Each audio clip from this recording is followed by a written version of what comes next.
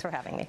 Democrats apparently realized that cutting off paychecks for military servicemen on behalf of millions of people here illegally might be a hard sell to voters. For months, we've been hearing that the government could shut down if Republicans refuse to continue DACA without any concessions. In November, for example, Congressman Luis Gutierrez bluntly said, "We want a clean dream act in return for funding the government." In other words, just give them amnesty. Just a week ago, the Washington Post was totally unambiguous on this question. Quote, "The thorniest issue," they said, holding up funding agreement, was Democrats' demand that DACA recipients be protected. Everyone knew that. No one denied it. And yet, oddly, with the shutdown imminent, Democrats are abruptly changing their story. The issue, they say now, is health care somehow. Today, Democratic leader Nancy Pelosi said the real issue is that the Republicans won't permanently extend the CHIP program, that's the federal health insurance. Quote, "This isn't about dreamers," she said during a press conference at the Capitol. "This is about what isn't there to help meet the health needs of the American people."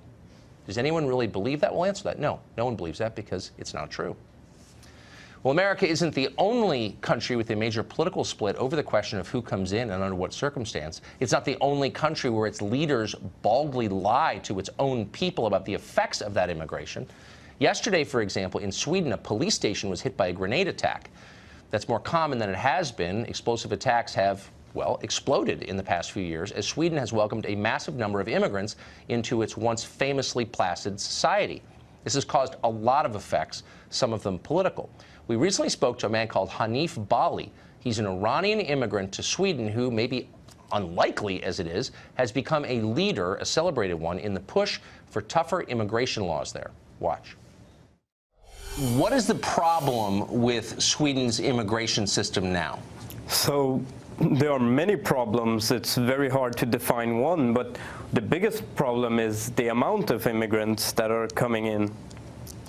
In the last couple of years, we have taken in about 250,000 asylum seekers. And for comparison, that would be like America taking in about 8 or 9 million asylum seekers. This is people that Sweden provides housing, healthcare, schooling, and all these a lot of these expensive services that the Swedish welfare system gives to people. And this has created, of course, a lot of huge costs in the short run for the Swedish system, but also when we look at long term, what we're seeing now with crime and poverty is effects of having a very lax migration system for 10, 15 years ago. And what we're seeing now with basically ghettos and street gangs, which is a phenomenon that never even heard of in Sweden, and also jihadists traveling abroad, etc. These are problems that are new to Sweden, and Sweden's system is not capable of, it's not capable and is not designed to handle these problems. For example, in unemployment, I mean, in 2006, about 20% of people unemployed were immigrants and foreign-born. Today, that number is up to 60%. So you are an immigrant from a Muslim family, and yet you've taken a hard line against Muslim immigration, mass immigration from Muslim countries. What's the response been to you? If we want to help people, and that is truly what we want to do, you cannot put so much pressure to the system that the system collapses under its own weight.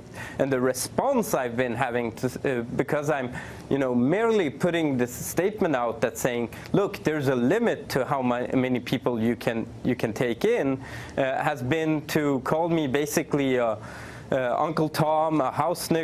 I've been compared to Dr. Mengele, and this is not from random people on the street. These are people who have prominent posts in parties, in the left, in newspapers, and this is, of course, because I don't tell them the wishful thinking that they want to hear. Yes. Well, we're very familiar with that in this country. You're a brave man, and we wish you luck. Thank you for joining us tonight. Thank you. That man could be the next Prime Minister.